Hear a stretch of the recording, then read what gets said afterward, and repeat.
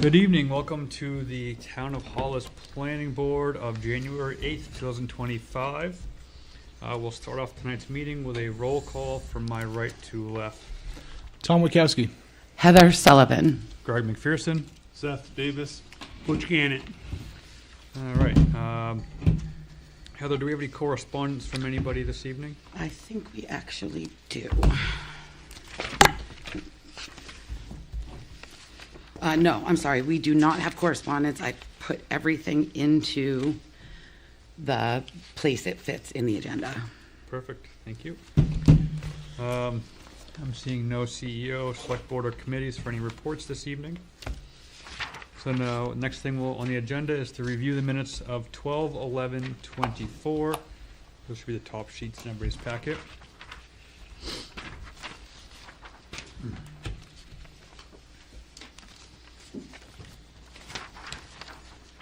And once everybody has a chance to review them, looking for a motion It to looks approve. like there should be like another page. I see adjourn. Yeah, but on the front. So I think there was a, yeah, no. Yeah, you're good. No, there should be another page. The first page of the minutes, it should look, I don't have. This is what I have. Got it. Never mind. Sorry. Yep. Yeah, that's correct. I was looking at the wrong thing. I'm not going to motion to. So, looking for a motion to approve minutes? I make a motion to approve the minutes from December 11th, 2024. Looking for a second. Second. Any comment from the board? One very minor correction. Yes. On the second page, 749, Mm-hmm. it's a silt fence, not a sill fence. Thank you. SILT. Yeah. Thank you. Yep. I will make that update before it goes final. That's a minuscule thing, but Good catch. Good we're gonna catch. have it right, we have it right. All right, Tom, how do you vote? Yes. Heather? Yes. Seth? Yes. Butch? Yes, Yes, unanimous. Minutes approved. Next, we'll move on to old business, starting with conditional use permit of Woodkowski Self-Storage. You need to actually verbally excuse yourself. I have to, Just say. I'm excusing myself from this meeting. Thank you. Got it. We did get a last minute piece of correspondence, or a later in the day piece of correspondence that I didn't include in the packet. Greg, I don't know if you want to kind of go over what you spoke to the town attorney about. Sure.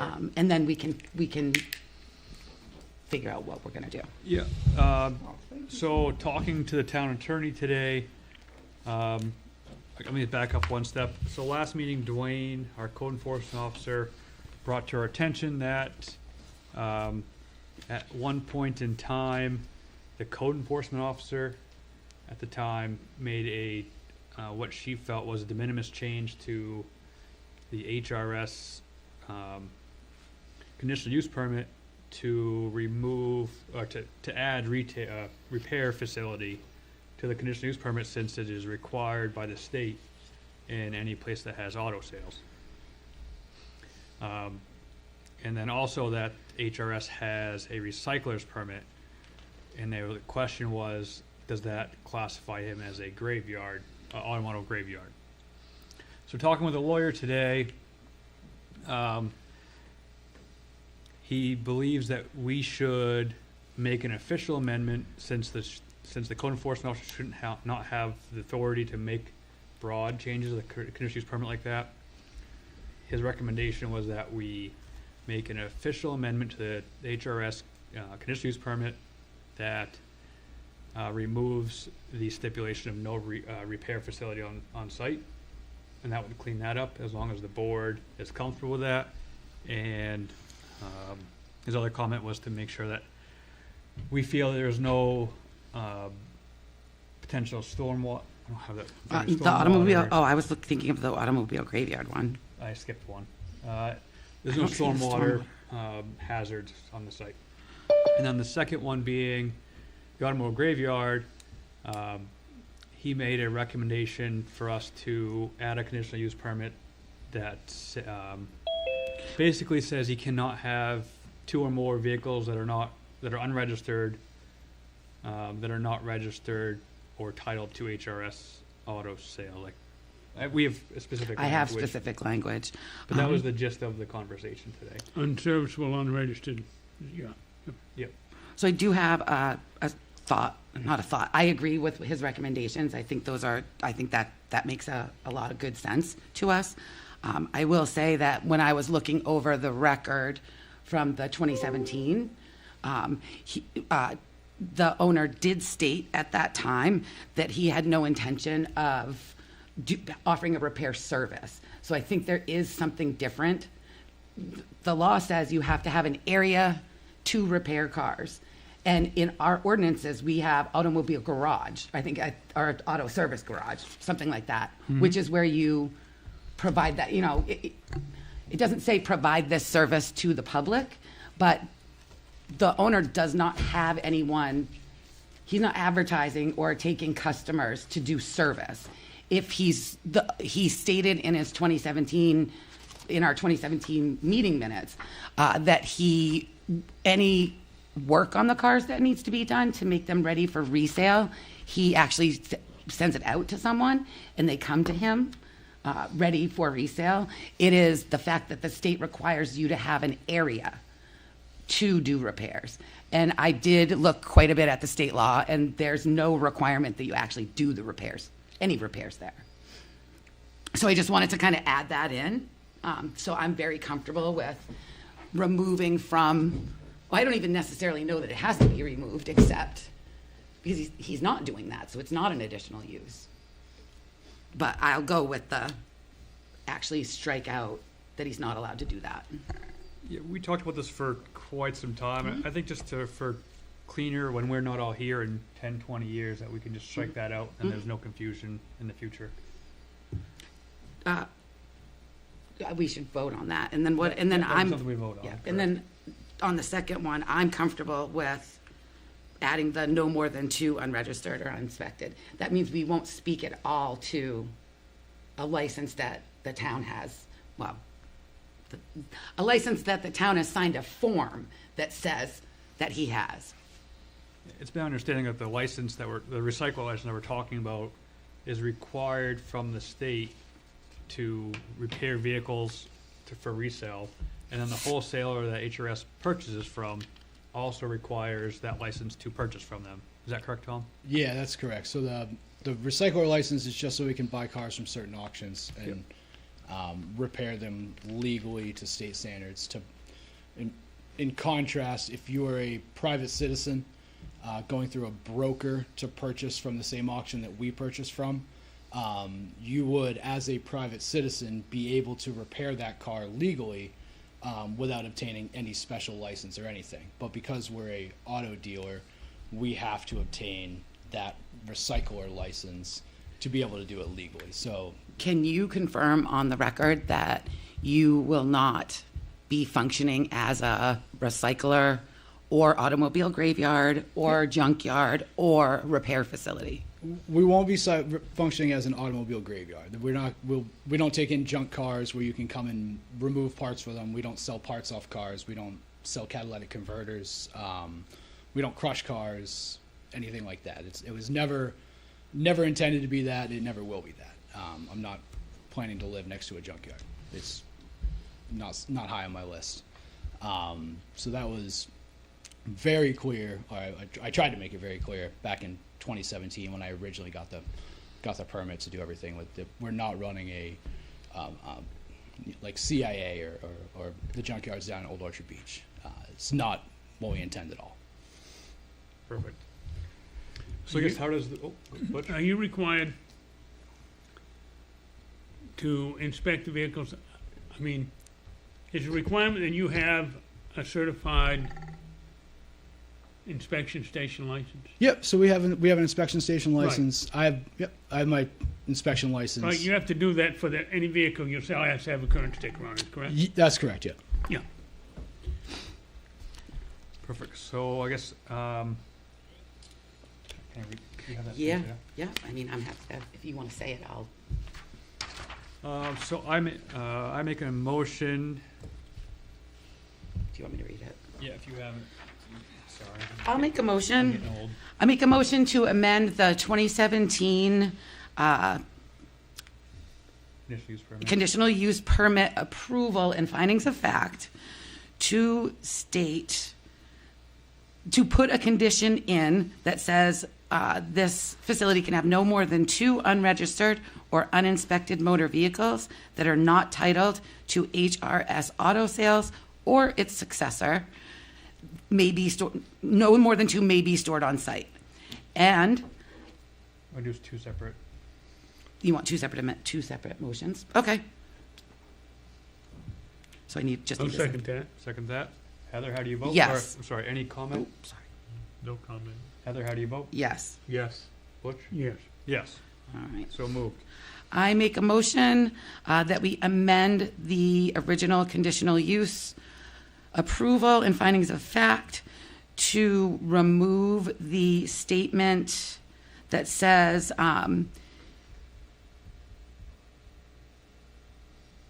well, it says, what, yeah, I don't have it in front of me. I'm sorry, he didn't include it. I'm sure it's in here somewhere. Yeah, perfect. I apologize. I thought it was written right here.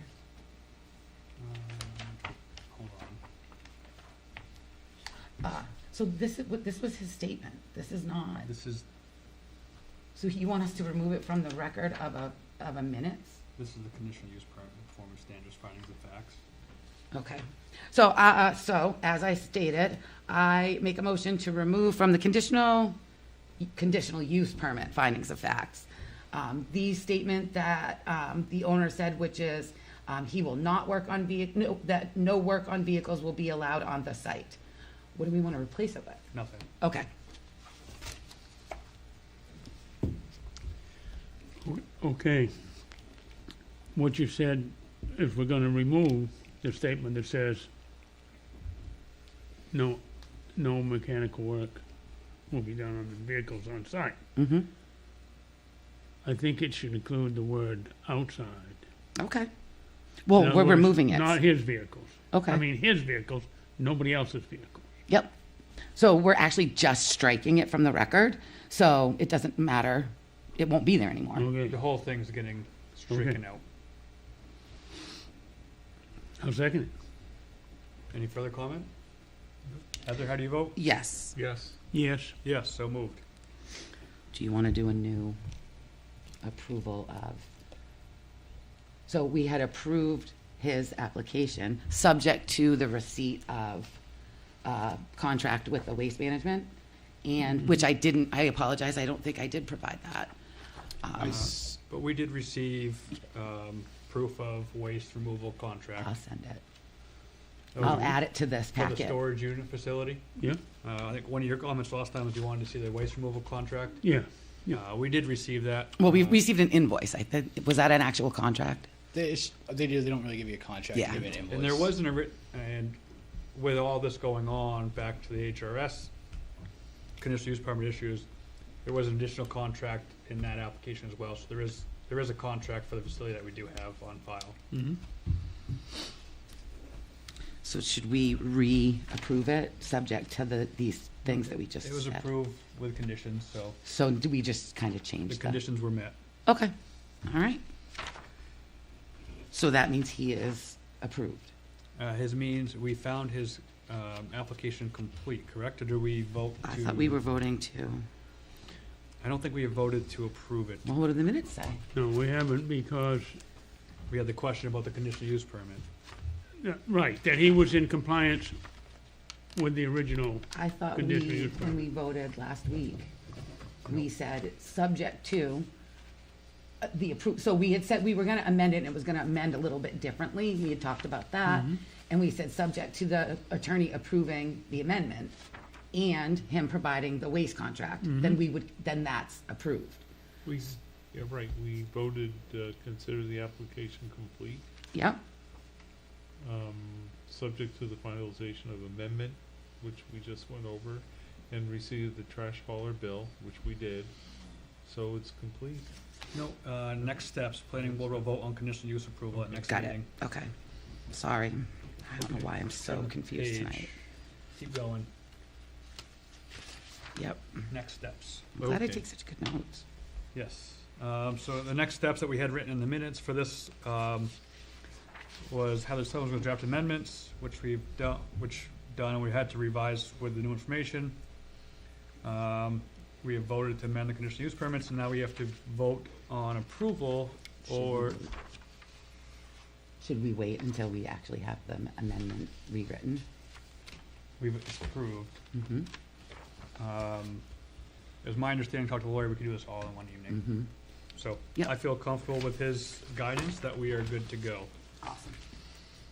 So is there any further comment on the on Thomas Witkowski, 660 Cape Road, Self-storage facility. self-storage facility? Or does everybody feel that we are complete? Well, we found it complete now. We- We want we to did. say, is there anybody that feels that we need to talk about anything before we vote on whether or not to approve it? Correct. No? I'm satisfied. So I make a motion to find the conditional use permit application from Tom Witkowski at 60 Cape Road for a self-storage unit approved. We don't have to go through a list of things. You wanna go, you guys, we can do that. Not the findings of fact, but, I mean, not the application complete, but the actual, Thought we did that currently when we found it complete, when we found the application complete. okay. I just don't want to skip any steps. Yeah. If you look at our minutes, we have, the application was complete, so we went through, all the, 7.41 through 7.410. Mhm. So we have already gone through the application requirements. Okay.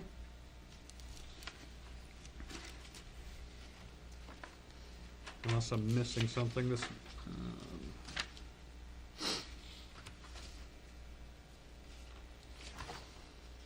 I feel like Things there that- was, for some reason, and again, we don't do these very often, so that's why this can be a I little was bit gonna more say this challenging. is the last one we've done. We did welcome 4 years business ago. to Hollis. We would love to have the opportunity to refine our practices when it comes to approving businesses. So if anyone out there is looking to locate their business someplace, take a look at our use table and our ordinances. And of course, you can always call town hall and ask questions if you need to.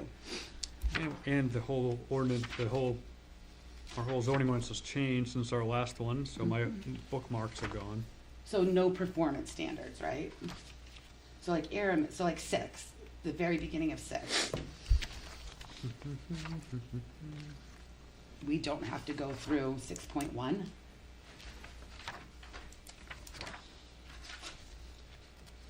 I feel like we used to do something. Performance standard 6.1. Or maybe not.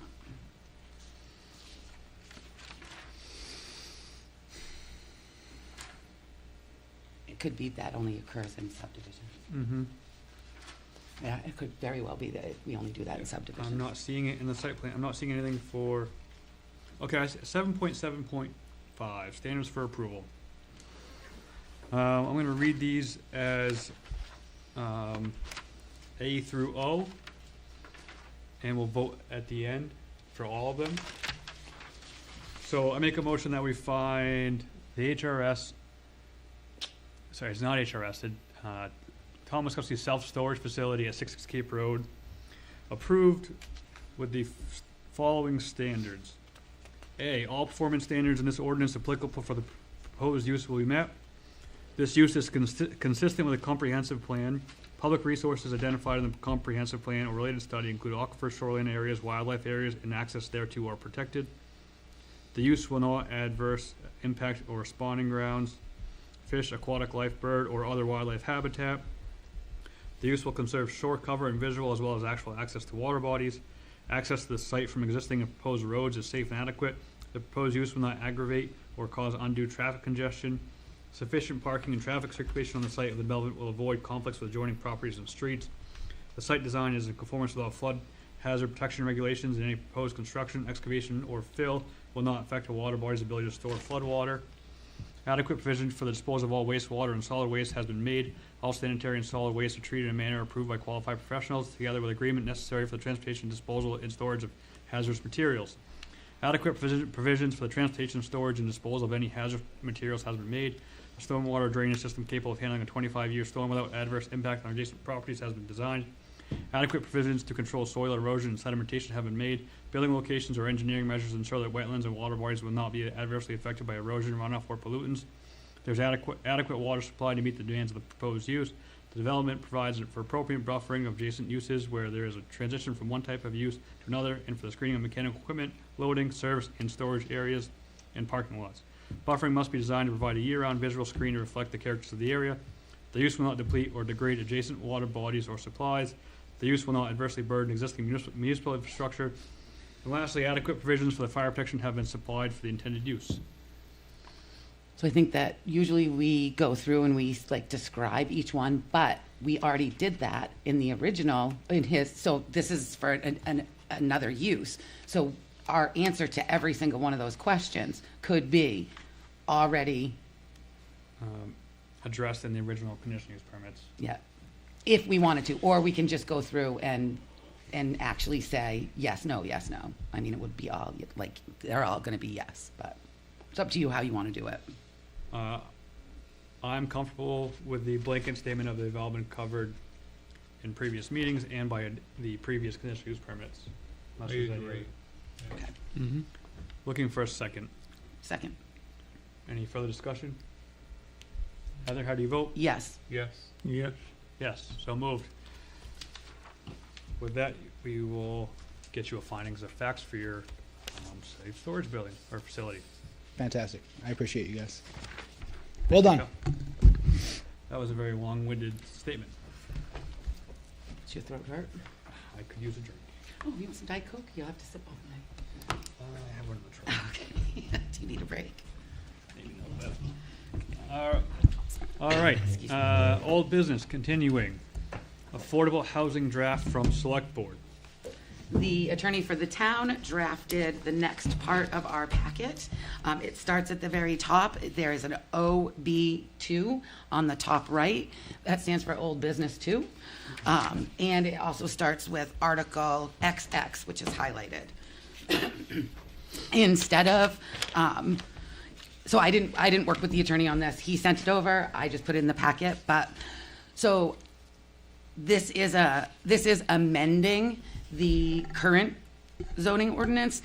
He did not write this as its own standalone ordinance, which I don't know when you do one versus the other, so I'm just going with what, what a highly trained attorney says will work for us. I will say that the affordable housing development, these provisions, I just happened to be looking at the state statute regarding this, and everything that's in here is consistent with the state statutes, as I would expect something that an attorney did, they would be. So anything underlined in this document is new, and then deletions are struck out. I think it doesn't require us to build out a method of confirming an applicant, or a method of monitoring that an applicant does rent. We had some questions around who's gonna police this. And I don't believe there's anything in here other than saying, I think it said, maybe it doesn't even say it. Doesn't even say anything about that. So I don't know if we're okay with that. Such restrictive covenant shall be enforced by the town of Hollis and any other third party the town may choose to designate. There. And that is under section 5.4A, the very last sentence. So essentially what this is doing is allowing higher density ADUs in specific zones as required by the state of Maine. And there is income costs or income calculations that are used to determine affordable housing. And that's all set by the State Department of Housing and Urban Development.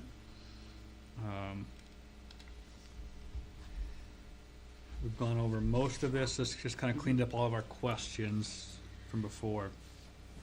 Because also this mimics the state law, it wouldn't, like, I would think that the state might take the lead on any kind of like making sure that the residents are meeting those requirements.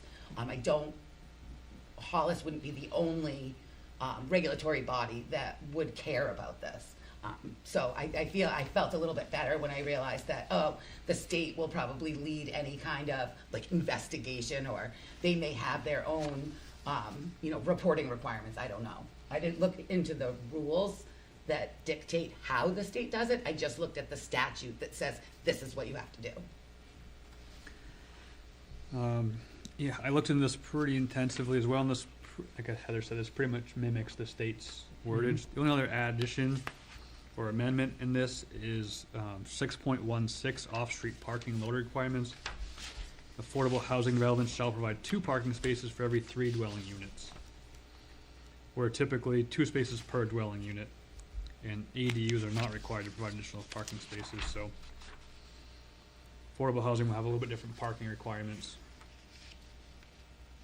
2 parking spaces for every 3 units. Yeah, because in affordable housing, not every person in affordable housing can afford a car. That's Well- the reason why it would be different than what a dwelling would have.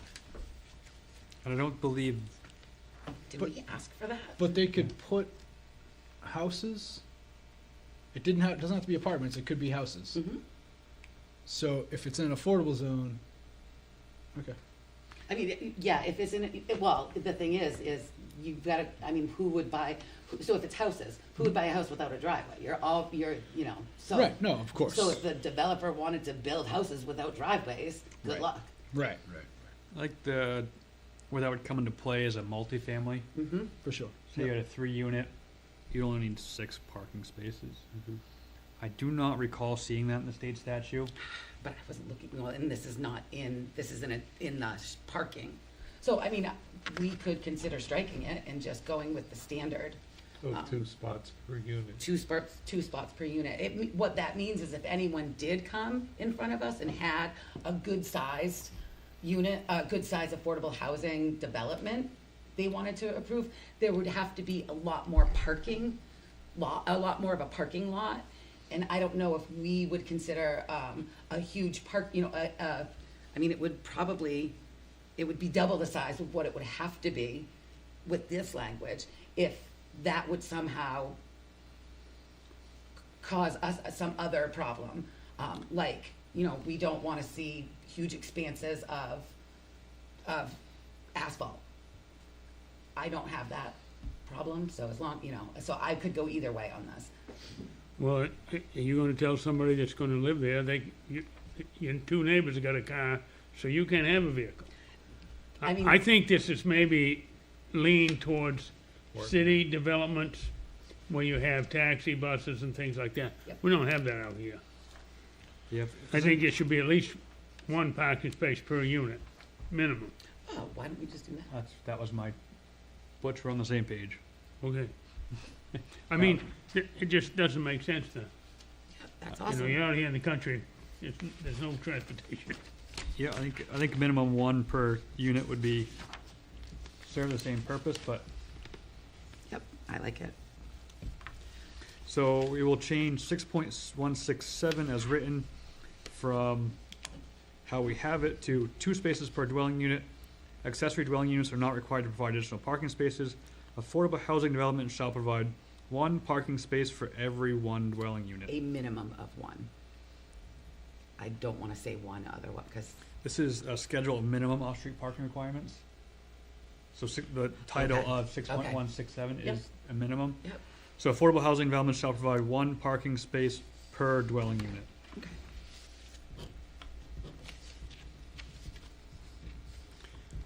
I wanna go back and talk about something else too. Yeah, of course. Affordable Housing Development Overlay Zone. The Hollis Center Village Zone and the North Hollis Village Zone. I guess the idea here is they're gonna be able to put an accessory dwelling unit on a lot that's already there. There ain't, I don't believe there's any, land available in North Hollisville zone. So, from my understanding from talking through, the reason those two zones were chosen because they were called out in our comp plan as potential growth zones. And those are also, didn't we only have a limited areas that we could even build a multi-unit, and we wanted to mimic the multi-unit, didn't we? Isn't that part of it? I got you. I'm on it. There was specific reason that those two zones were Okay. called out. Well, all right. HCV and NHV. So that's these two. I know we discussed it at least, that like wherever we thought maybe the two zones, the right zones might be where we allow multi-unit buildings. I take that back. They're permitted everywhere, except for 4 units are? yeah, multifamilies permitted across the board, except for HCV 40K, NHV 40K, and West Buxton Village, and apparently RR2. My apologies. So it's not So it's not across the board. I believe it was, those zones were designated for growth. Yeah, perfect. That was, I believe the Comp plan reason. strikes again. Very I important. think we did, and I believe that was, the attorney gave that advice, that so Correct. long as they are in areas designed, or that the comp plan says are growth focused, then we are, because I had a lot of questions about how can we put them only in certain zones? Like I thought if you allowed residential in a zone, you kind of had to allow this, but that was incorrect. We can restrict zoning, but it has to be consistent with I didn't realize how much the comp plan drove some of the ordinance writing piece. I never really looked at it. I'm like that. 90% sure that's the reason why these two zones were chosen. I'd have to go back and read emails from a few Well, months ago. are you familiar with the boundaries of the North Hollisville zone? It's in the zoning ordinance. It's Yeah, pretty they tight. are. It's a pretty tight area. Very tight. Is it, there's Do a you- big so do storage you- yard. I don't know that I see any open land up there at all.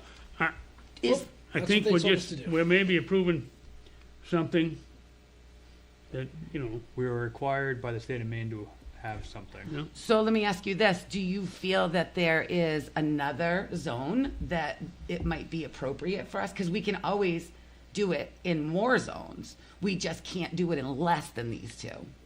well, So I think that would be, I didn't really consider, I mean, you know me, I'll allow, I'm one to say, well, if someone can find a piece of property and they want to put it there, then I'm less likely to be restrictive around this. So I'm very open to, if there is an additional zone that's appropriate, I would definitely want to hear it. I don't know why any zone that we have in Hollis would be restrictive of affordable housing. Because nobody wants to, because people who have the luxury of living on a large piece of property don't want to have Then- affordable housing Then they next to can them. keep their large piece of property. Yes, And sir. then there'll be no affordable housing next to them. But you're basically saying, okay, we're gonna allow it in North Hollisville zone. Well, I'm pretty sure myself that there ain't no room up there. Yep. So it's like, yeah, we're gonna abide by the state law, but we're gonna put a place that you can't use. That's just my feelings on it. So I think the other thing we talked about was, we do have to have something on the books according to state law, and the voters have to approve this. So I think that we also kind of considered that and said, if we do the minimum that we have to do, it's more likely that the voters will be willing to approve it. And I agree with you 100% in normal situations. The changes that we're making to something are not state required, and we really do have home rule and we get to make our own decisions about that.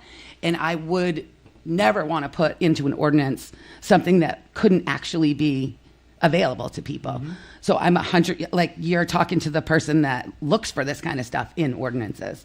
In this case, in order for us, we can't take it out because it is in the comp plan. So maybe just our statement that we are aware that there is potentially no, but very little opportunity for anyone to build affordable housing in that area. And then, if like I said, if someone wanted to motion to expand the, so if someone wanted to motion to expand the zones that it's in, we would want to just consider, does that change our ability to actually get this passed? Because we got to have something. So we can always, a change can be made at any time. Yeah, At so- any time that we have a vote.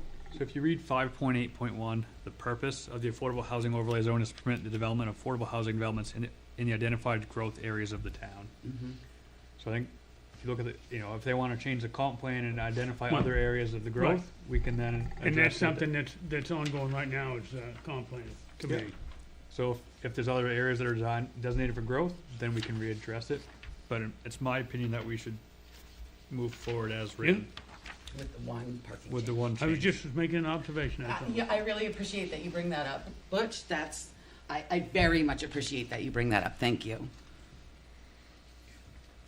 Yeah, if the board feels different than me, then don't, feel free to make a motion. I'm comfortable making a motion to approve as written with the one parking change, if you guys are ready for that. I would second that. Okay. Motion to approve the draft, no, We need to motion to recommend this for the select board to put on the warrant. We are not approving this. so moved. Second. We got a second. With the change Wait, of wait. the With the parking change, spot. with the change to one parking spot per unit, per dwelling unit. Minimum. Do you want to clean that up? Sure. I make a motion to recommend the draft amendments to the zoning ordinance regarding affordable housing units with a change to item 6.16.7A to provide for one parking space per dwelling unit. Minimum is in the title of that, so we're good. Yep. For affordable housing. For affordable housing. And we'll have that written as such. I've got it right here. Looking for a second. Second. Any further discussion? Tom, how do you vote? Yes. Heather? Yes. Yes. Yes. Yes, so moved. Excellent. Old business number 3, cannabis business ordinance updates. So we had voted as a board to recommend to do what we just did, to recommend changes to the cannabis business ordinance. We received changes to the select board. We received a memo back from the select board stating that they have refused. You want to read it? Want me to read it? You should definitely read it. Okay, yes. Read it? So, You wanna read it? yeah, If not, I'll I read can read it. Fine. I'll save your voice. This is from the select board to the planning board, dated December 19th, 2024, and is regarding the cannabis business ordinance for the town of Hollis, Maine. Dear planning board members, as had been previously discussed at prior planning board meetings and confirmed at the select board meeting on December 18th, 2024, the select board will not place the planning board's proposed amendments to the cannabis business ordinance for the town of Hollis, Maine, on the June 2025 warrant as submitted. In previous public hearings held initially to obtain town approval of this ordinance in 2021, the select board reassured residents that there would be limits in place on all cannabis-related businesses, whether medical or adult use. Residents voiced that they did not want Hollis to become the, quote, marijuana capital, unquote, of the state. They go on to say, we are willing to amend and update language and other changes in this ordinance in relation to recent updates to state laws, in relationship to having medical cultivation facilities charged and issued a business license to operate within the town. Legal counsel has stated that certain standards could be written in to restrict dispensary activities if a decision to allow dispensaries was determined. In review of the Maine Medical Cannabis Program Dispensary Local Authorization Form, many of the items listed there are already allowed to include cultivation, manufacturing, providing products to qualifying patients, and other items through a separate application process. We would like to obtain the opinion of our legal counsel, who is currently working with other towns to update their cannabis business ordinances, as these rules have changed over time. Respectfully, and signed by all three. so before we even have any discussion about this, I have signed by just 2 of them. okay, what I was gonna say is that I am rescinding my, did I make the motion? I am rescinding my motion to push this forward. We don't have to have any other conversation about it. Unless you want to. Did you want to ask questions? No? Okay. Jack's signature is that Oh, okay, yep. the This is the squirrely one. swirly one. I miss it every Oh, time. okay, I see it now. Yeah, all right. He's too fancy for us. Any other comments from the board on this matter? I don't think, I don't see that there's anything for us to deal with here. Nope. You know, I don't even see a requirement for you to rescind your motion. You're talking about last month. Yes. Yeah.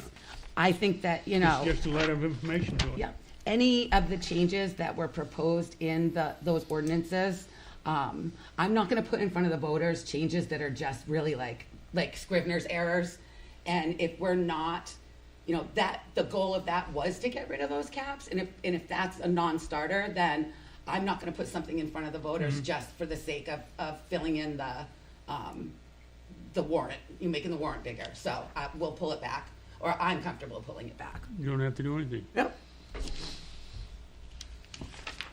All right, moving on to agenda item number 4, old business, floodplain management ordinance updates. So here we have in front of us an email. Mary, that question. What's that? We had asked the select board to define for us what reasonably safe meant. Yep. And so we got an answer to that in an email. You can read it. So this is from M. Hoffman, Mary Hoffman rather. Good afternoon. In answer to the question about the definition of quote reasonably safe unquote, I think that you need to ask the individual of the planning board to investigate how to determine risk if the whole committee want to invest their time in discussing the issue. Reasonably is defined according to the Webster Unabridged Dictionary as follows: to a fairly sufficient extent, in a reasonable manner, in agreement, non-conflicting, moderate, not demanding too much, offers a fair profit, rationale, good sound judgment. Safe is defined according to the Webster Unabridged Dictionary as follows: freed from harm, injury, or risk, no longer threatened by danger or injury, unharmed, unhurt, secure from threat of danger, harm, or loss, not exposed to danger. We recommend that you use the state uses to define common terms. Webster Unabridged Dictionary. Thanks, Mary. Was this about the Pier Wharf thing? Yes. And I did confirm that that language, the reasonably safe statement, did come from the state, and they chose not to define it other than going with the regular dictionary definition. So, All right, Fantastic. Well, at least we got. so we got an answer to the question about, you know, it's the Reasonably safe. best answer, but it is an answer. yeah, it Go ahead, is Well, an what's answer. Reasonable to you. It checks a box. That's all it does, Yeah. is that it just checks a box. Agreed. And I agree, Butch, with, I think what you were gonna, go ahead. Well, what's reasonable to one person is certainly not reasonable to another. Absolutely. And when And you, when something happens, an accident, an incident, or whatever, you know, who said this was reasonably safe? That's, if the state uses the term and doesn't define it, you know, I mean, Agreed. That's what I came down on the same place of that. You know, I don't see any reason in this particular case for us to go beyond what the state has done in their Right. own thing. So, yeah. So just to catch everybody up that hasn't been listening to every planning board meeting, this is coming from 2024 ordinance changes, floodplain, 60.3E, model ordinance within zone VE, Q number 2, in zone, Q1, in zones A, AE, AO, and AH, permanent wharves, piers, and docks shall comply with all applicable local, state, and federal regulations, must be reasonably safe from flooding and not increase flood risk.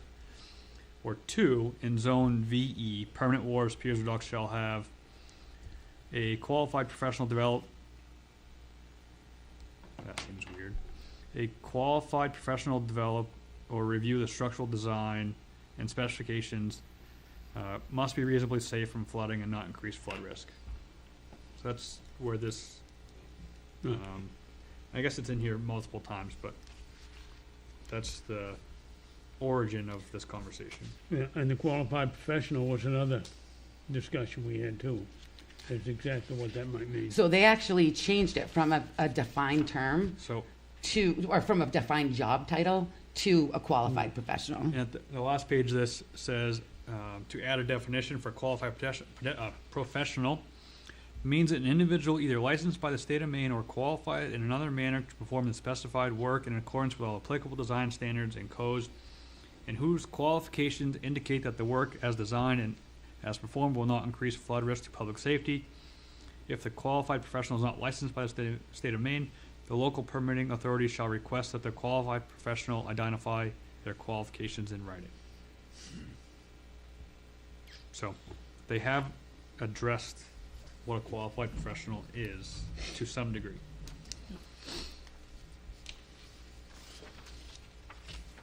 So with having that feedback from the select board, I make a motion to approve the changes to recommend to the select board for the warrant, the changes as written by the state and provided to us with no alteration Regarding the floodplain on management the ordinance. floodplain management ordinance. Looking for a second. Second? Any further discussion? Hearing none. Tom, how do you vote? Yes. Heather? Approved. Yes. Yeah. Butch? Yes, so moved.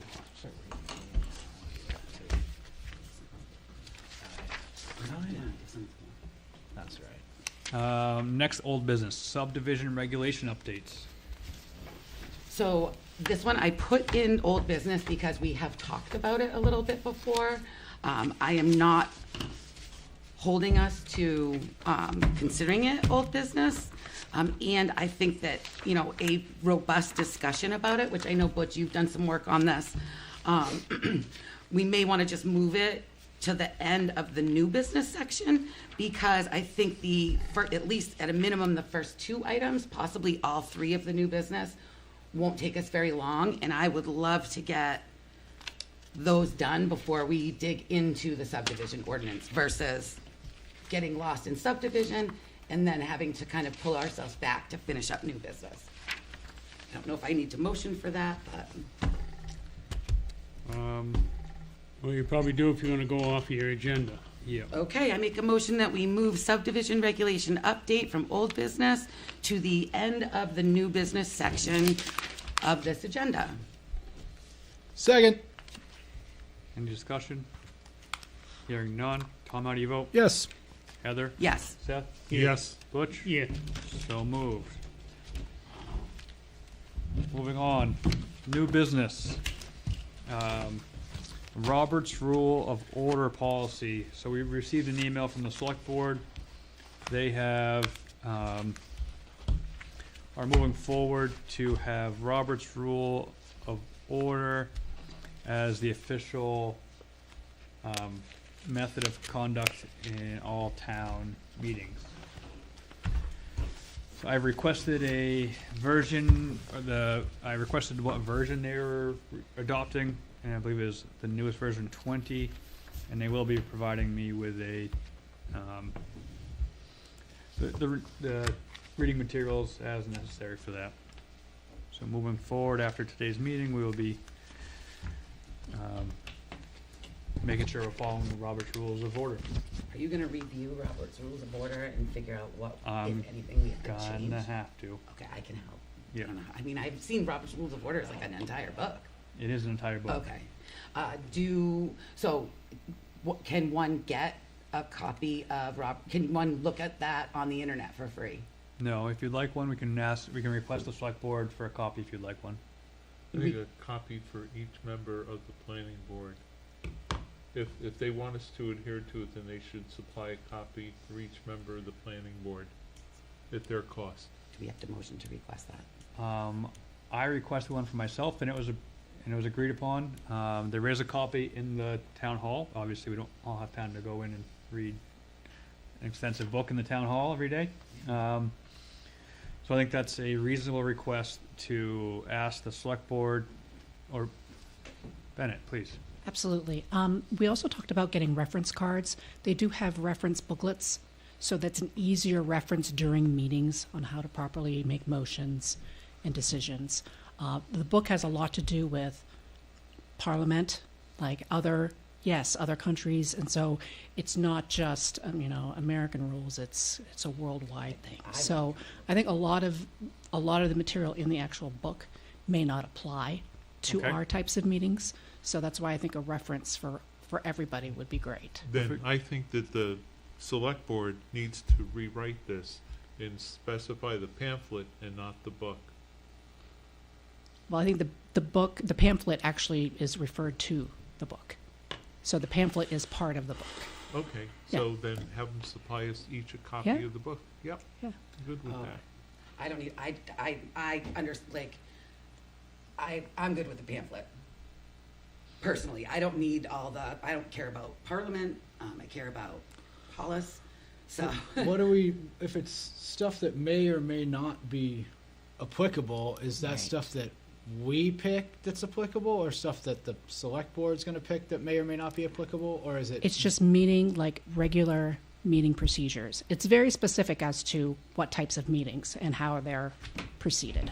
So, and there's so many different ones in there. So, Okay. yeah. So it's, If you would like a book, we can ask the select board. If you'd like Oh, the pamphlet, we can get that as well. Yeah. The reference pamphlets are really, really great. If we can at I'm least, satisfied with pamphlet. like I said, I requested a book, so I'll have one with us if we have any All right. questions. And if we And we get, do have two really great libraries. I'm gonna guess, not 100% sure, but I'm gonna guess that there are likely copies of the book and possibly the pamphlet at the libraries. Well, some Again, Hopefully not an People audiobook. living in can't afford to take time off. fair enough. Like, the There- select board, they sit over there. We work during the day. Library is open on Saturday. Well, We all have lives. But I'll make sure to get those pamphlets to you guys, and Thank you, I'll Bennett. follow up because I know that there was a copy ordered for you specifically. yeah, I appreciate that. Yeah, you're welcome. thank you. Well, there is a whole website, the official Robert's Rules of Order website. So there is, and do you think it's the 12th edition? The latest, that's the latest. Yes. Maybe it's 12th, not 20th. I apologize. There's a 2 in there, I know.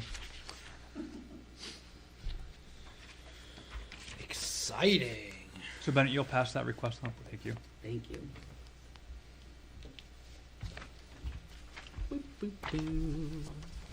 It does mean that things are gonna be that we might have a little bit of a learning curve to change the ways that we've done some things. But it is all, it seems as if it's all really technical changes, it doesn't take away any of our, authority or what we're charged with Right. doing. But this conversation couldn't have happened. Yeah. It would have had to have been completely different. So this conversation that we just had regarding this, if under Robert's rule, couldn't have happened. It would have had to have been a very hand-raised, acknowledged by the chair, very, very formal. Everyone speaks, and then once everyone's spoken, then you can speak again. Yeah, not very small town government-y, but we just follow the rules, right? Yeah, once we get that book and pamphlets, we can follow a little closer. Any further discussion? Any other comments? All right, new business number 2, ethics policy draft from select board. So this has not been, so it's a policy, so it doesn't have to get approved by the voters, correct? So the, select board had the attorney draft, this policy or this code of ethics, and they did, they offer, I don't know the right word for it. They are sharing it with us. I don't think that we have any approval or recommendation, or we don't have to affirmatively recommend that they adopt this policy. If we had any proposed changes to it, we can give them our proposed changes, but we aren't required to say we do or don't recommend it. I believe that the effort is to get this on, oh no, it doesn't have to go on the ballot. In that case, since this is the first time that many of us are seeing this and haven't had a chance to review it, I would recommend that the planning board moves forward, that the planning board, or I would, Is it in the package? yeah, it's in the packet. Yeah. That's why I can't find it. Oh, yeah, it's in the packet. It's Switched it's order. after the, We switched order. oh, yes, it's after the Robert's Rules of Order Yep. email or memo. We just changed the order so that. I'm sorry.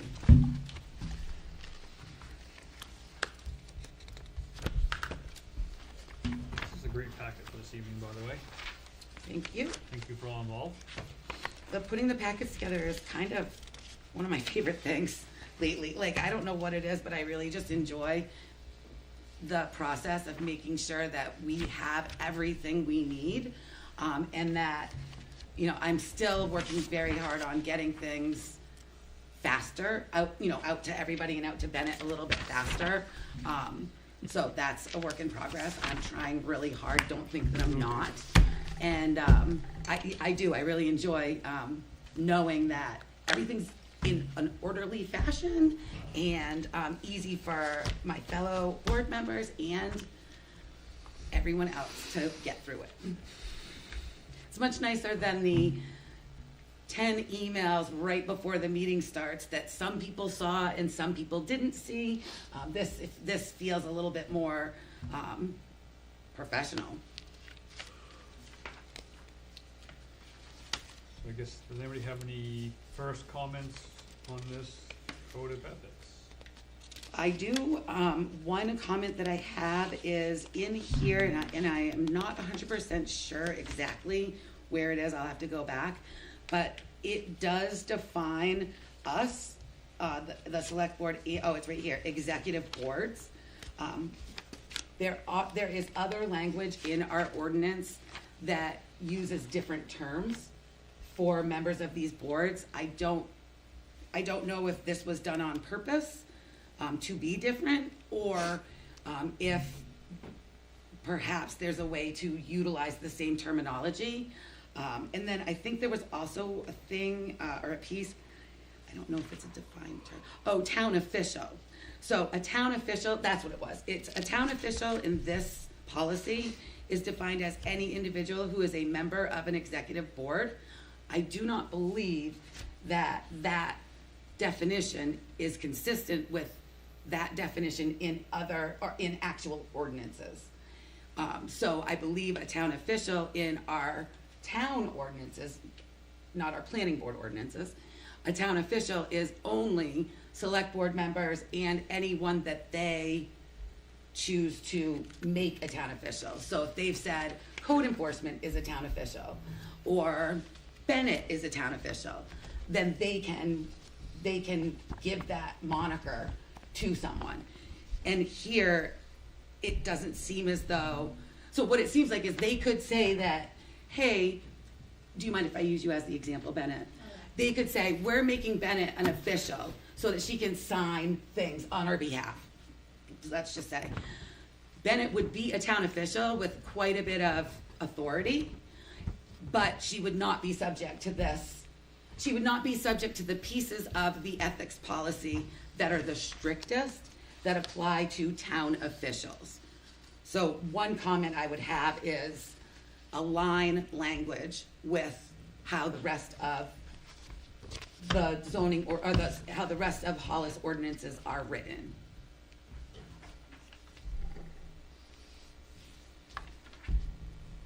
So they are different levels of ethical expectations in this ethics policy.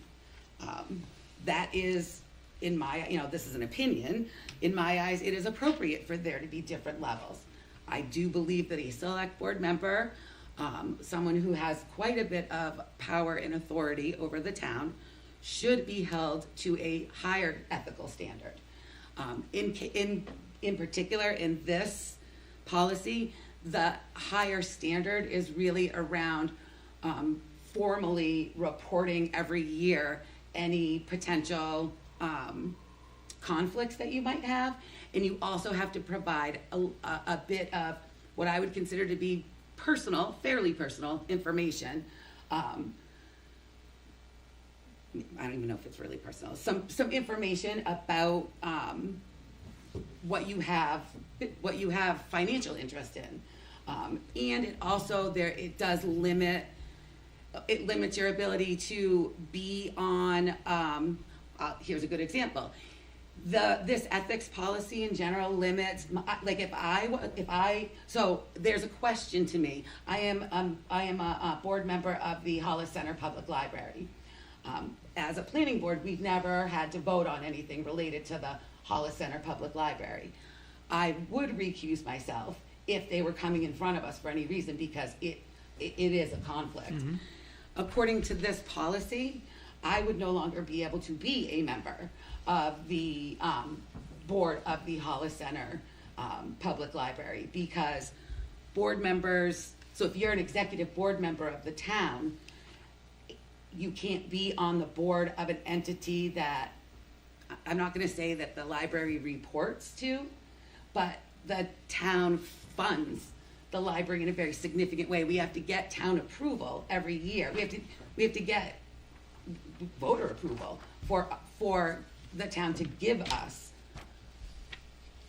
an amount of money every year. So that would probably create a conflict for me, that I would have to leave my role on the Hollis Center Public Library. Not something that I think is, I think it depends. It makes sense to me that the select board couldn't be on a committee or a board of a nonprofit or something like that. You know, they can't be on the school board. They can't be on the school budget committee. They can't be on our finance committee. That all makes sense to me. On the planning board, we have, I'm not suggesting we don't have a little bit of power, but we certainly, and that's why I would recuse myself if the library was coming in front of us. But we certainly don't have any power to influence anything at the library or any other nonprofit in town or the school budget committee.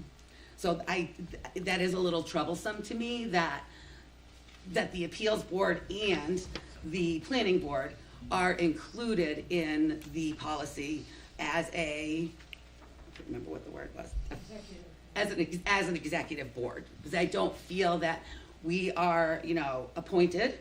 We are appointed at the discretion of the select board. The select board can and has removed members of the planning board. It just, to me, it feels like that's not, that if I can be removed and I'll be honest with you, I haven't looked directly at the exact language on how we could be removed, except I know they can just vote on it and it's pretty much done. I don't know that I feel like if I could be removed from this position, why I should have to give up another position. But that's my, I don't want to belabor this too much.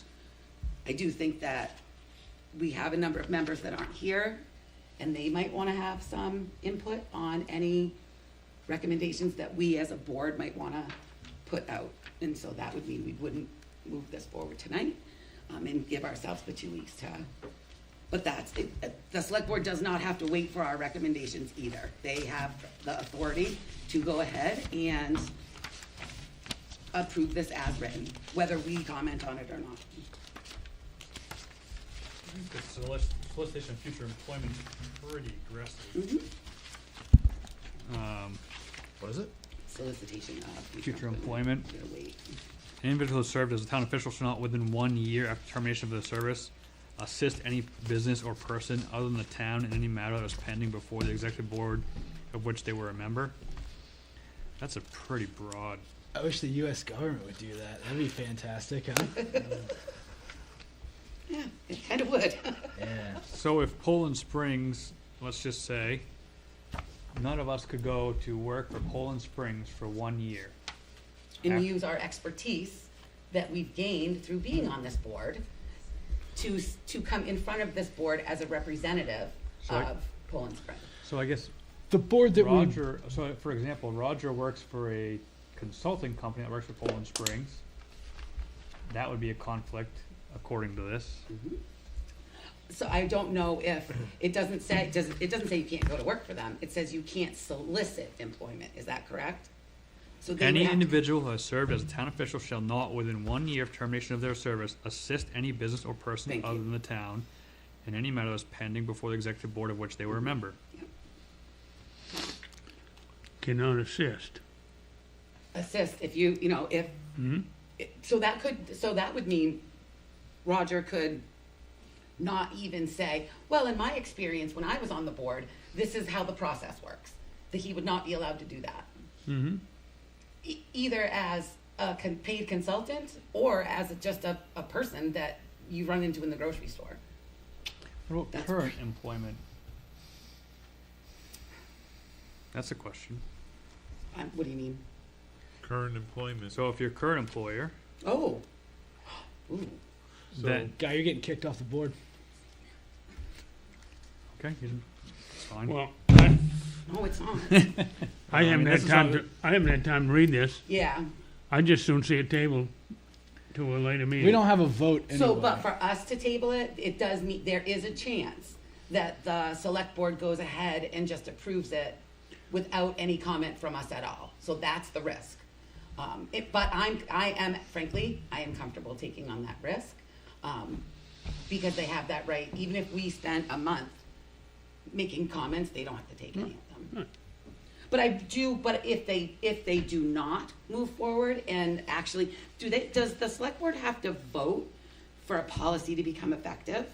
So if at their next meeting, they do not vote to make this effective, then I think that we should work at our next meeting on any comments that we want to make. Does that seem like a fair, it's not very fair, but one of the reasons why I don't think necessarily that we should be subject to it at the same level is exactly this that I'm describing now. We don't have any say in the end, so it's a tough one. Did they send us to the appeals board also? They did. Did any other committee? Oh, Bennett. thank you. Thank you. As far as I know, I think the reason why it was sent without even them review, I don't even know if they reviewed it before they sent it out. Okay. So this is not something that the board has drafted. This is something that the attorney drafted. The And board, s- at the board's, at the board's request, just as kind of like a starter. So it's really a work in progress. So yeah, all of the other boards were sent it as well to review. I think we should. so the town hiring, the town group that is hiring, the hiring committee, did Yeah. committees get it? Yes, Great. Yep. Did employees get it? yes. I think Mary sent it to everybody. Okay. Yeah. I think it would be in our best interest. Knowing that, I'm much more comfortable that the select board may not be ready next week to just blindly approve it. We could request that they do not. If you want to make a motion for that, we can vote on it. I think that if we're going to request. Can I add this? Yep.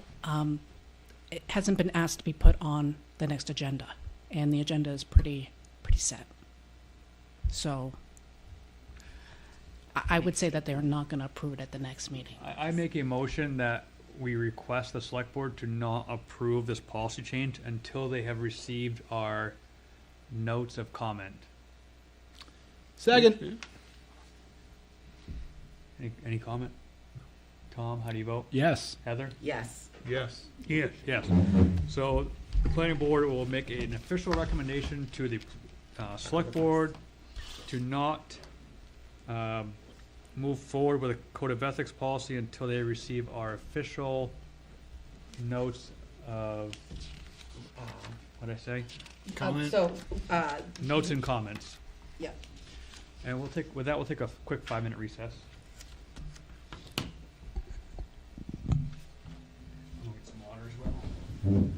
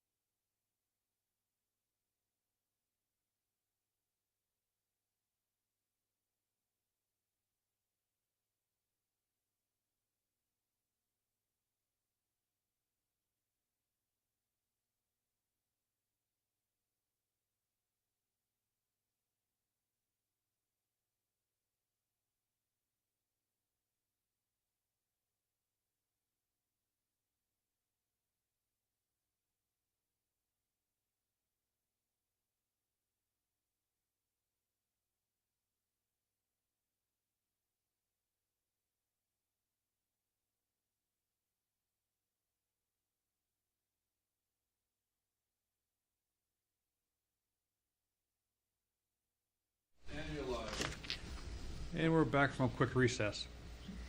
New business number 3, growth ordinance draft as drafted by the select board. So the planning board has brought this up one time prior. We had a public hearing in August of 2024 about this, and there was some good comment in both directions. I've had a chance to read this pretty extensively. So a little more background. Town of Hollis used to have a growth ordinance in place, and that was repealed in 2016. That ordinance had a specific number cap, whereas this one has a percentage cap. The old ordinance had, I believe, all the growth permits were issued at one time, the entire year. This new proposed ordinance has some fixes for that, such as once a growth permit is issued, you have 90 days to be issued a building permit, or your growth permit expires. So it's no longer you apply for it on January 1st for the entire year. Now you have to essentially prove ownership, you have to include a minimum documentation establishing the applicant's right, title, and interest in the subject property. And if the private property is not serviced by public water, a copy of subsurface wastewater disposal system is included with the application. So there is some steps needed by the permittee, to show that they're ready to actually move forward. So I think there's definitely some improvements over the previous growth ordinance the town had. I initially brought this up to the board the first time because there's been multiple residents that brought it to my attention that they were like this. So I definitely, have been influenced by town residents that this is the way they would like to move. So I'm open to discussing this. If anybody has any comments or questions. At the very back of this is a pretty short ordinance. I think it's 3 pages at the very back. Many of you may remember that we had put together a list of data from the town that we wanted so that we could better understand what growth has looked like in Hollis over the last little more than 10 years. What this little spreadsheet is we went back to 2013, and the population data I got from the state economist office publishes a list of population, and they also publish with that a list of expected. It's just a guesstimate, but it is a list of expected population growth for the next. It's for the next almost 20 years, and that's in gray color in the table. So anything in gray in this table is expected growth. The population numbers. There are multiple sources of population numbers. I took the ones that the State of Maine Economist publishes. If someone would like me to consider, or like us to consider, a different source, I'm happy to do that. But I felt that because we are part of the state of Maine, that's the one that we should go with. So with the next section is the number of students that are enrolled. That is the total number of students that live in Hollis. I got that from the Bonnie Eagle, or the MSAD6 budget committee report, budget committee packet from last year. In that committee, they actually hired someone to do a look forward to 2033. So you'll also see, again, these are just estimates from an expert that the MSAD6 committee hired to say what do they think the population from each town will look like in the next 10 or so years. Again, the data is from the people who put together the packets and then make the decision, make the recommendations around what we vote on for school board. So the students Mm-hmm. from, let's say, 2019 through 2021, Mm-hmm. so we've had that many students leave the area or graduate or? Yes, and I Wow. did, so there were 2 sets of numbers that the school provided. I'll be honest with you, they were very close. That the board provided. I will go back and check, but I believe these are the numbers of students that are in our school district. Okay. So that change could be that a lot of parents pulled their kids into homeschool. Right. They wouldn't be reflected in this. Okay.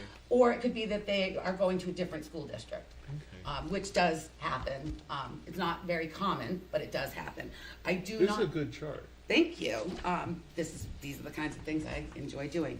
The rest of the data has come at us in a little bit of fits and starts, I would say. And really the only reason why we got any is because the Southern Maine Planning, who's working on the comp plan, they asked for data as well. And I said, can you just please send me the same stuff you send them? Sweet. Now, when we look at some of this data, there are pieces that we haven't gotten from the town. The pieces that we haven't gotten are just blank.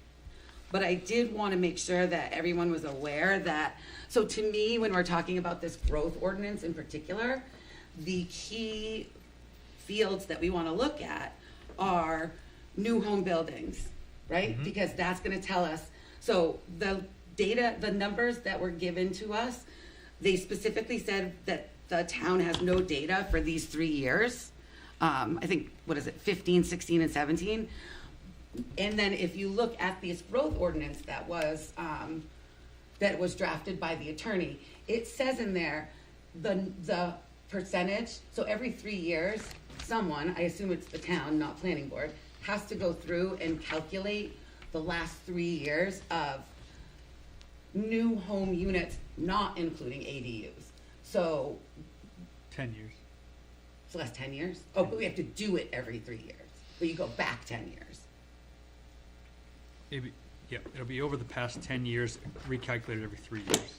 So, the numbers that we got that included ADUs, and we did I asked for ADU numbers and new home. I didn't realize that they would come at me combined, because we have other things we're talking Yeah. about. So, that number I've already gone back and said, hey, I think I said this, the growth, and we can do it as a board if we want.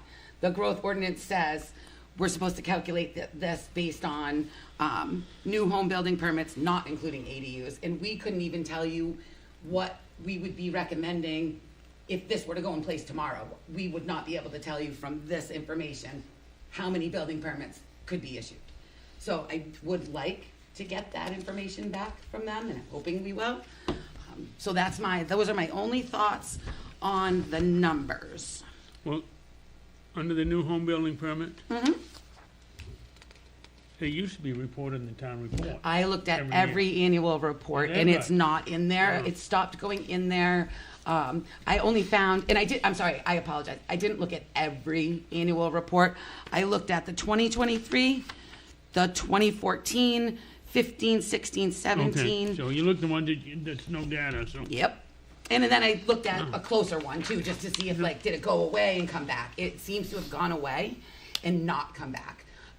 Which also, just FYI, there is also a planning board letter, I guess, or in there, or in the report that went away at some point as well. So I did some quick math earlier today, with the assumption, let's just say these numbers were all accurate, or were total numbers. And the problem with the ordinance is it excludes ADUs. ADUs are not calculated. The number we have includes ADUs, so this number is arbitrary at best. So the average for the past 7 years we have data is 23.86. And then the growth ordinance says we're going to take 105% of that, which would be 25.05, plus an additional 10%, which brings us to a 27.55. Does that include subdivisions? Includes every. So individual houses and subdivisions. So Well, it's this not. is building permits, so there might be a subdivision, but it would only include the houses that got built that year Okay. in that subdivision. All right, so if it had 10 houses in that subdivision, that would count towards the 10. If all 10 had Right, building of permits in the course. same year. Okay, Yeah. I just want to make sure. Yep. And in the future, every building permit for the subdivision would need a growth permit. Mm-hmm. Unless we wanted to waive it for some reason. So that number's gonna go down once we take out ADUs. So the old growth ordinance had a cap of 50, and from what I've been able to find information, that number was never hit. I don't believe it ever hit. Well, What I've seen Well, from the we only data go we back to have, 2013, so Right. it could have been hit. it could have been hit, but prior to 2013, I guess. well, when it was first instituted, and I can't tell you sure. 1986, I believe. Well, that was a code officer when we started issuing the growth permit. So it was first enacted March 1st, 1986. When were Amended you March vote- 14th, 1987, June 17th, 2000, June 12th, 2004. Those are the amendment dates I of think the, it started here around 2000. so there was an amendment to it in 2000. Okay. So, I don't have those records of what the amendments well, were. I just know that we sold out. You know, we sold out several years in a row. So growth in Hollis what would you consider to be, was that a time that growth in Hollis was way more rapid than it has been over the last 15 years or so? There had been quite a few subdivisions approved, and there were a lot of vacant lots. And there were more than 50 vacant lots in subdivision. Wow. So they wanted to get a control of it, so they put the cap at 50. However, it didn't count if my son wanted to build a home here in Hollis. He didn't have to have a growth permit, Why is that? because it was local. Oh, so there was an exception? There was if- exceptions for local people, Correct. didn't have to have growth permits. So what makes you I know that's not the technical term, but like, do you remember what I like would- if your parent still lives in Hollis, does that mean you don't have to? Oh, sweet. Got it right here. Okay. I find Yeah, that just well, fascinating. If you're a taxpayer in Hollis, I guess, Wait, but well, he if you were a wouldn't be- resident in Hollis, okay, So if you were registered to vote in Hollis, that's what it would I probably would come guess, by. yeah, I would say that probably would have been one of the things. Interesting. Did you have any situations where people would come and register to vote in Hollis and then get their non-growth permit or not need a permit I and don't then? think so, I Yeah, don't think so. good. It That's the first. went a few years. I'm telling you, it was a real cluster because we would make them available 8 o'clock in the morning of a certain day, The third Monday of December. okay? For the next year? Was it for the next? Well, first we did it in the summertime because people were here all night long with nothing to do, so they planted flowers around town hall. But you come in here in the morning and there's a big line of people, and I had told them, don't sign a list. I'm not looking at a list. I'm going to take the first guy at the door. And there was some problems. There was a lot of people here, and they were taking making lists and So putting the name in. did you have to like moderate, hey, they cut in front of me, like those kinds of things? No, I went to work, I got in the door, and I got some little tickets, and I come out and I gave them tickets, and we came over here downstairs, and we did the paperwork. Very good. But at that time, the development up on Deerwander Road, Boulder Ridge, that was a development that was in process at that time, and you had to get started. If you got a growth permit, you had to start within a certain amount of time. And Wait, even though the growth permit, everybody got them in December, so then you had to start everybody had to try to get the two contractors not only that, it was split up too. There was a certain amount of growth permits for you to build your own house, or for you to have a house built for you. Mm-hmm. There were spec permits. I've heard that and I think Yeah. that might have been. Speculative That's and right. half That must have speculative been and so- non-speculative. Yeah. That's a cluster. So Oh, yeah. you would have developers. Did we ever have any situations where developers would come in and build their specs and then not build the rest? Like, you know what I mean? No, Like, I don't think so, because, that's good. I mean, things were going, the price of lots went sky high. By today's standards, they're not, but I mean, Did the price we of used to lots pay go sky high $20,000. because of the growth permit, do you Mm-hmm. think? Do you think that the growth permit impacted the cost of lots? Or it was just the economy and how growth was I happening think there was a then? lot of people looking to build, so they were willing to pay big money for a house lot. And at that time, 30, 40, 50 grand, which is nothing now, but at that time, it was double what it used to be. So that was the reason for the growth permits there, to try to get a handle on that. Very interesting. See, that's what I was just saying. Thank you for sharing all of that. Mm-hmm. Sounds like it was, sounds like, it definitely did what it was intended to do, but there were some side effects from it. Oh, yeah. Oh, yeah. Nobody liked having to come down here and stand all night, but what are you gonna do? If you did it at 4 o'clock in the afternoon, they'd still be here early in the morning. So you must have been Yeah. shocked when you saw these numbers and they're so low Well, yeah. So, and it's funny because I think, you and I had a conversation, or at least a sidebar, where I said, I don't see the growth being like as massive. And then I look at this and I'm like, we've issued 17 permits last year, including ADUs. So like, even if it's only one ADU, we only have 15, 16 new homes issued. I know, and I'm surprised because I look around, a lot of building going on, but, Yes. Is this going down a funny trail here? It, yeah. Sorry. no. No. So, great background. Thank you. The info's great. I was doing research while they were talking, so. Oh, okay, sorry. No, it's good. I just wanted to be on track, because this is a pretty hefty, Yeah, I mean, I don't know if we're gonna get to all that. yeah, we can get it started. That'd be great. All right, so I guess, I'm not ready to make any, I don't have any recommendations yet. I haven't quite, we have to digest it. yeah, that's what I was thinking too. So it it would looks be, pretty solid, except, the number of permits is probably the biggest target for us to kind of look at. Is that the right number? Is it not the right number? There is some state statutes on it, so we don't have total free reign, but, I don't believe we can go less than the 105%. So, but we could, so say, it's like, so say, Greg said, that right now, it would, assume, taking all these assumptions in place, it would be 27.5. So let's say 27, right? We could choose to say the minimum, the lowest number that we're willing to go with is 30. So I just use that as an example. So that way, even if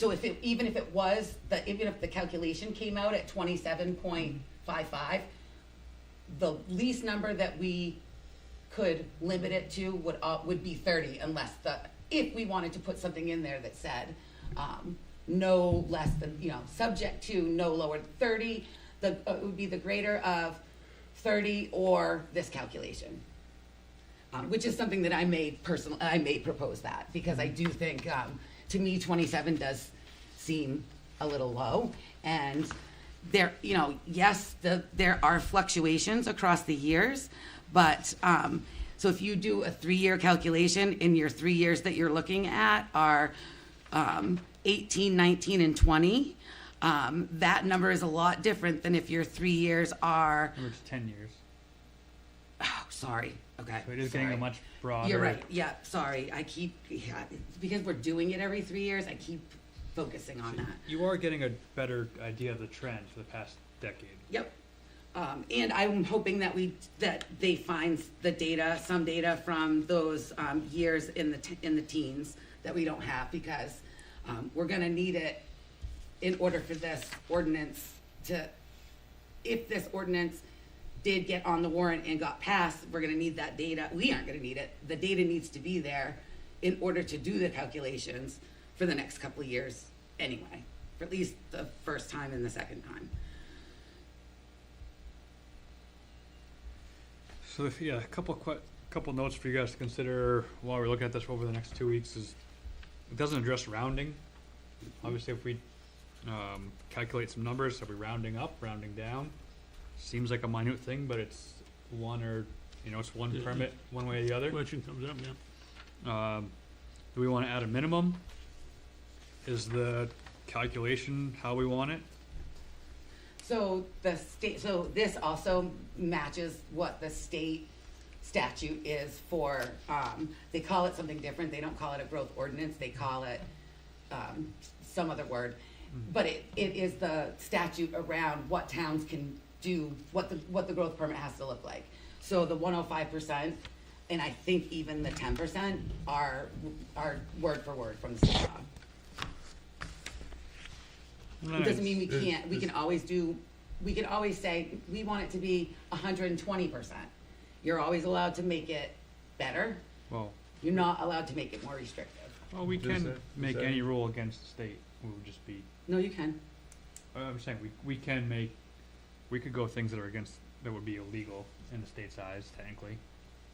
Yes, but you can't take away a right that the state gives you. You can only give more rights. Right. It would just be in compliance with the state, and then people could then, if we went less than.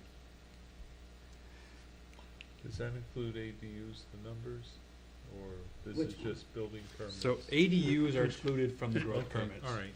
As written, Okay. that's something we can also address. Well, it's an additional 10%, isn't it, for ADUs?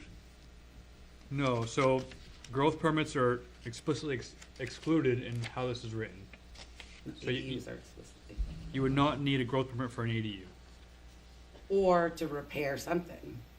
Right, Or you maybe it was affordable. So This we'll- would apply to affordable, unless we excluded it. correct.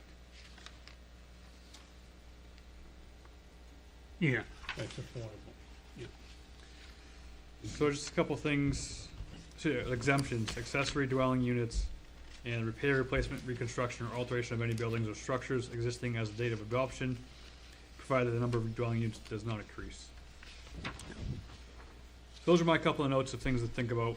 We don't need to make any decisions tonight, but want some time for people to digest and look at it and think about it. We'll put it on the agenda for next meeting. Hopefully, it's pretty short. Hopefully, we can. Do you wanna do what you do? It's not gonna get on. We're out of time for June, I believe. No, we could still get it on, because we have public hearings in 2 weeks. This could be part of the public hearing. I don't think we're ready for that. No, but we have one, We, I'm not saying we can do it. We have one more meeting. If at that meeting we determined or drafted what we think and said, this is what we want the voters to come out and tell us how they feel, then we could pass it along to the select board this year, for June, sorry. There for is June. potential. We could. I'm not saying we will. I was excited to see there was only 3 pages. That made me feel a lot more like we might actually be able to get it done. I did go back and ask for some additional numbers, the things that there's gaps in here, and then I asked them to split out subdivisions from the total new, so we knew how many units, how many housing units have been added to Hollis through clusters versus traditional subdivisions versus new build. And then the timeframes that we don't have, and maybe we'll have that next meeting. I'm just so surprised that they don't have those figures for them 3 years. So I do remember, or I was running through some notes, a couple of years ago, the structure over there was failing. And I remember Paul had to go over on a weekend or a couple weekends. We had to pull the paper files, and Paul I'm not,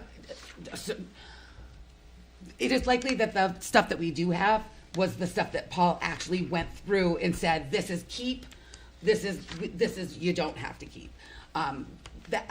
If I had to guess, there may have been, if there was a flood, if there was a bat infestation of where we keep the records. That's the problem with paper records, is that if you don't have an actual vault, or they could be somewhere filed under a different name, and they're there, but they're filed under a different name. I'm not sure. I haven't done a lot of investigation about how records are kept, except I know that primarily, at least historically, up until a very short time ago, most records were kept on paper. I do not know, like, are official records still paper records in Hollis, or are official records captured electronically? Thank you. Take it, you have that question. As far as I know regarding the code enforcement office, when Tammy started working, that's when she started to make electronic copies of all of the code files. And that is probably why those years are missing, because those are the years prior to her joining the code office. So. So they were does probably that mean all in that's the paper official files. record? Like, I know we probably don't use that term, but there would be no box Right. of paper records sitting someplace. Once she does the electronic, those records get. No, we still keep them. Even though we have an electronic copy, that cannot be the official copy of the record. According to like state Yeah, law, or yeah, according to town? paperback. They have to be paper. Yeah, Everything paper has to backup. be paper backed. Yeah, Fantastic. I know. I can't wait for them to change that. Yeah, me too. Yeah. That's a lot of trees. So having to find records from those specific years would be very difficult because everything is filed by map and lot. Wow. And obviously she's searched, like, did the person before her keep a running log for the Right. year? Probably- Those types of things. And, probably you know, not. Yeah. Yeah. Probably not. Yeah. So, yeah. Thank you. So that just brings up one last comment for me on this before we move on. Is we probably need to address how to calculate missing years. Will we only calculate the previous 7 years we have data? And, you know, 'cause if they put 0 in for the 3 years that we don't have data, and that's a much different calculation. Very minor housekeeping, but something we put want to some have. minimum, maybe we say we're gonna use 10 as the minimum in years that the records don't exist. Or calculate the past 7 years.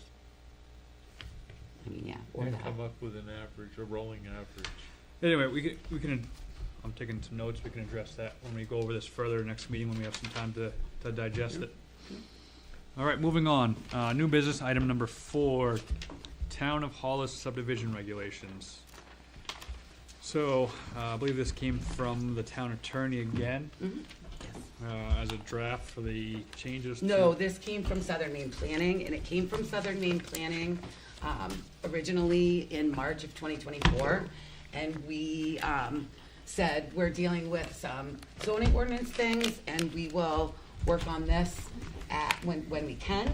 And because as a board, we've had in front of us the issues around should we make changes to cluster, things like that. Now might be a good time for us to look at the proposed changes from Southern Maine Planning and see how much alignment we have with them. And it is, I definitely don't think we're gonna get this I don't think we should try to squeeze this in for June, because there's quite a bit. And I think there's a lot more to talk about in the subdivision ordinances than like in other things that we've looked at.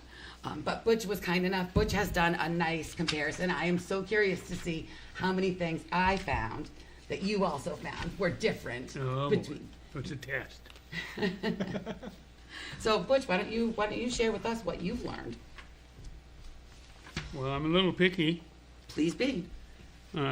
First page, under purposes, 1.10, will be developed by a subdivider, not subdivided.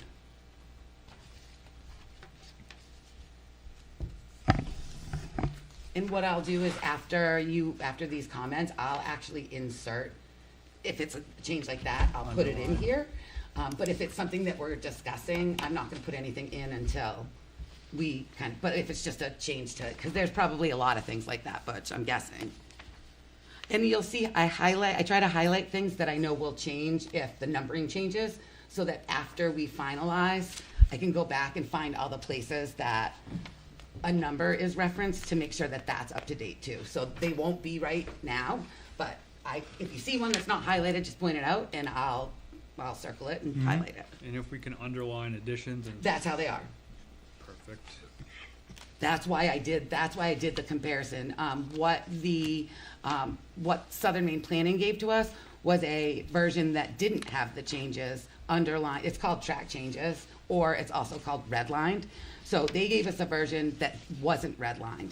And we have found over the last couple of years that seeing what the actual changes are that someone suggests or that we're putting forward to the voters is much better for the voters, you know, when we give them a copy of the changes, that everybody can see exactly what it is that we're proposing to change.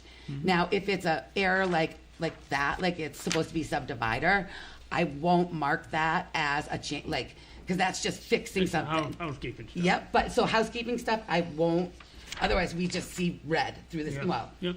so so it is the things that are actually changing that we want to make sure the voters are aware of and easy to find, so that they don't have to do what you just did. On the next page, page 4, under definitions, it says, the draft says, refer to the zoning ordinance for definition. I think they should need to be in here. You don't need to go from one thing to another to find the All definition. right. So what I'll do is anything that is, I will do a word search basically in the zoning one to find any term that is in here. And then I'll redline them in. So that at a minimum we have that entire, anything that's in here that is also in there. Yep. I will say the one challenge with doing it that way is if we change one, we've got to remember to change these. So if we make if the voters approve a change to a definition in one, we've got to make sure that it happens across the board. True, Yeah, but, but that I like the way I like the way you think of it. yeah. That's what I would do. I do think if there is a miss, we have two definitions for the same thing, that's gonna cause problems. We could put It says should there be any discrepancy, definitions in the Hollis zoning ordinance shall take precedence. Oh, Precedence. You, makes me feel better. But Well, I there agree may with- be, there's obviously some definitions in the zoning ordinance that really wouldn't apply in here, Yep. okay? But you could easily just take that whole definitions and bring it over here and I agree. not worry about it. And weed them others out as you went if you want. Yeah, I don't love, so one of the things that we're gonna be doing in the zoning ordinance is taking out anything that I call them orphaned. It's a defined term that doesn't show up anyplace else in any other ordinance, then that doesn't need to be in there. And vice versa, if there's a capitalized term in an ordinance, but it doesn't also have a definition, then we don't know what we mean by it. So I'm not a huge fan of purposely adding orphans. I'd rather literally take every capitalized term in this document and see if it's in the zoning, and if it is, pull it over, and if it's not, then we know we have to write a definition for it. But I'm picky like that. All right, what else you got, Butch?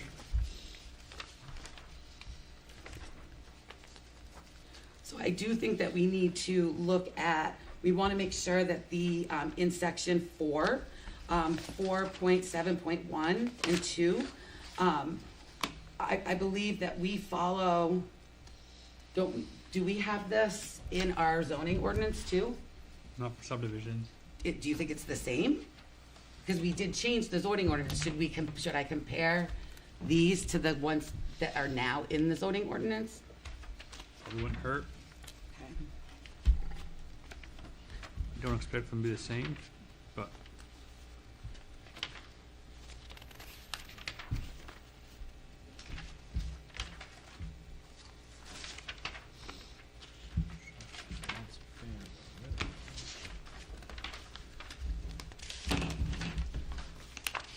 I just gotta get my pages all squared away. Yeah, I'm sorry, this one, I did not, I usually leave off page numbers until we get further along, but I'm gonna put page numbers on. If you just tell us what the section is, that we can find it from there.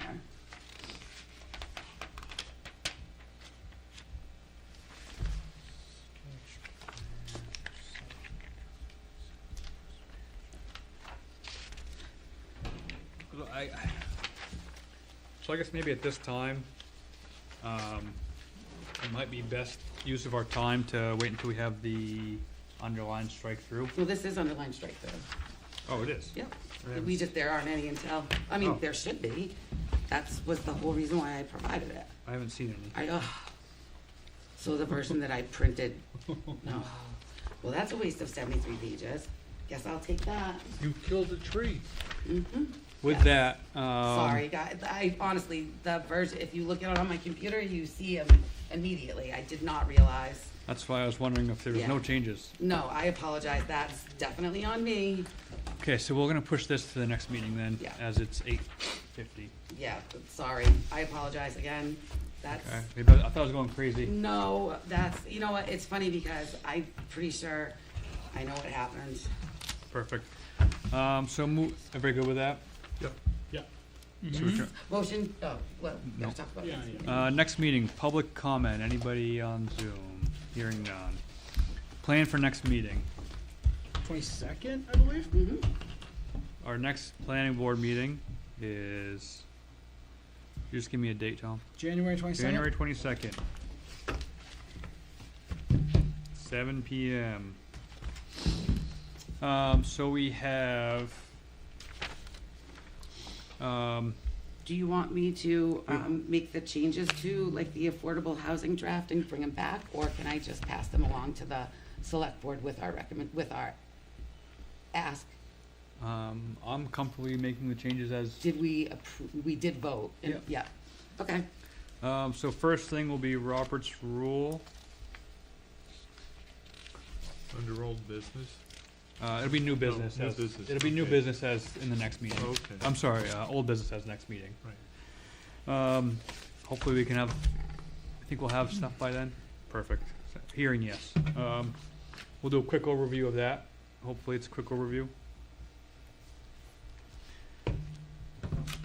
And then we'll move into ethics policy.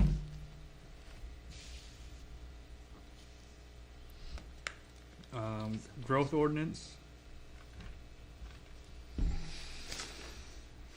Then subdivision ordinance.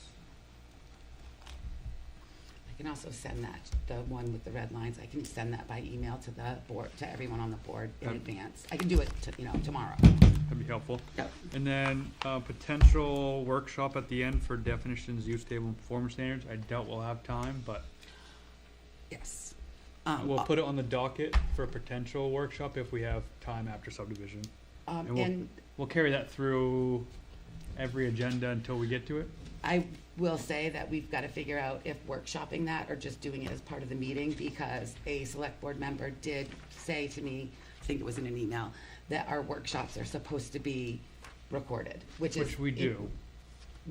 Well, we have, but we've definitely not recorded them too when we first started working on Correct. the zoning ordinances. So I think we might want to ask for some clarification from the attorney on exactly, on whether or not, because if we're gonna record it, why don't we just do it Part of the meeting. part of the meeting? It doesn't make much sense to workshop it. Well, we would not need to follow Robert's Rule of Order in a workshop, I believe, Yeah, is, so I like the Yeah. idea of it in a workshop. yeah, me too.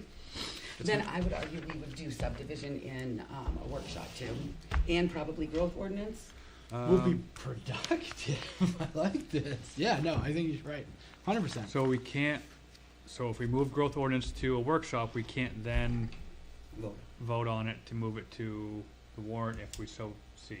Okay. But you could end the workshop and then go into. No, because it wouldn't be, We wouldn't have noticed. You You wouldn't have have to have an noticed. advertised meeting. yeah. It'd be a separate meeting and then, I'm fine with with doing, from subdivision and, zoning ordinance changes, which are gonna be definitions, performance standards, and then the use table. I'm totally comfortable that just those two. I think we can have the growth ordinance discussion publicly at the regular meeting. I was just thinking if we could cram more things into the workshop, but. so, we'll continue old business as Robert's Rule, ethics, and growth. Then move into a workshop for subdivision regulations, definitions, use table, and performance standards. I doubt we'll have time to get all four of those in, but we'll start with the subdivision and see where we get. I think we'll be good if we even got through subdivision. I agree, but I'm putting it on there to be Yeah, no, I'm keep workshop things I'm keeping until there is nothing left on that list. Perfect. I will say, so I think I sent you guys an email that the town, that the select board has rehired, or done a contract with Southern Maine Planning and Development. And, starting next meeting, we are going to have, a representative from Southern Maine Planning. I think they're gonna be here on Zoom, not in person, but things like the drafting of the findings. So the contract covers, when a project comes in front of us, they're gonna review it, as code reviews it, to determine that it's ready to come to us. And so they're gonna, and then they will also, write, we used to get these little like memos if a project was in front of us, that we'd get a memo that said, you might wanna ask for, we didn't get a copy of this, you might wanna ask for it, things that we have figured out over the last couple of months ourselves. So there'll be like a review memo. Memorandum, yeah. Yeah, and then, when we vote and do conditional use or findings of fact, they're gonna write that for us. So it will come to us written by experts, not by yours truly, which I think will, make it less likely that we have to go back and make changes. And then they are also, gonna sit through workshops and stuff like that and, provide us with their feedback on proposed changes that we're talking about. So, when we make we make a decision to add a certain use, Airbnbs or short-term rental, which isn't in there. Instead of us wrestling through exactly how it should be defined, we can say, we know we want something in here, give us your definition based on the things that you heard us talking about. And they'll come back. We don't have to take their recommendations, but it would be nice to have experts providing us with that versus us trying to noodle through it ourselves. Give us some groundwork to start with. So Heather, can you request from the lawyer some workshop, what we need to and not, what we need and not need to for publication? Yes, like what needs to be public and what doesn't can need we to be- talk about? Or does it need to be, recorded, I guess is my question. So it sounds like we have I don't think there's any new projects coming in front of us the next week that I've heard about. If something does, we can adjust our agenda from there. I think we always take, if a project comes up, that is going to be the priority. These things are all important, but residents coming to us with, or anyone coming to us with a proposed project, that has to take precedence over this work. Perfect. One thing I would like to see, that was quite a package we had tonight. And Okay. go to find out, I didn't even have the right stuff in it. Well, Not happy. I'd like to have something like that 2 or 3 days. You wanna have Time it to look at it, earlier than what you got it. right. Yes. I don't mind coming down and picking it up, Not or necessarily. whatever, Yeah. but, It truly wasn't ready until the day I sent it out, like that. And I was scrambling that day because I said I can't just, I can't do it the day of. So I have a commitment to get better about this. that's good. Part of the challenge is sometimes I don't get things very quickly, and then I've got to turn them. Those are, when the attorney writes something and says, you guys review it, that's easy for me to get into the packet. What I don't do right is I don't start building the packet. Literally I should start building the packet tomorrow and put things in as I get them. Instead, I wait until everything's ready and then I put it together. So I've got a new strategy that I think might work better. Would email work for you, Butch? Would email work for you, or you looking for paper copies? No, email is all right, There is a rumor that there may be a hire coming soon that would mean that Heather is no longer doing the administrative work of this board. I think we'd all appreciate that. It's not, again, this is a rumor, but wouldn't that be nice if we finally did have administrative assistant that is good at it instead of trying to do it. I think you're doing a fantastic job, so You're just carry not on. enthusiastic, stop it. Perfect. With that, I think we have a great plan for next meeting. Looking for a motion to adjourn. So move. Second? Tom? Yes. Heather? Yes. Yes. Butch? Yes. So moved.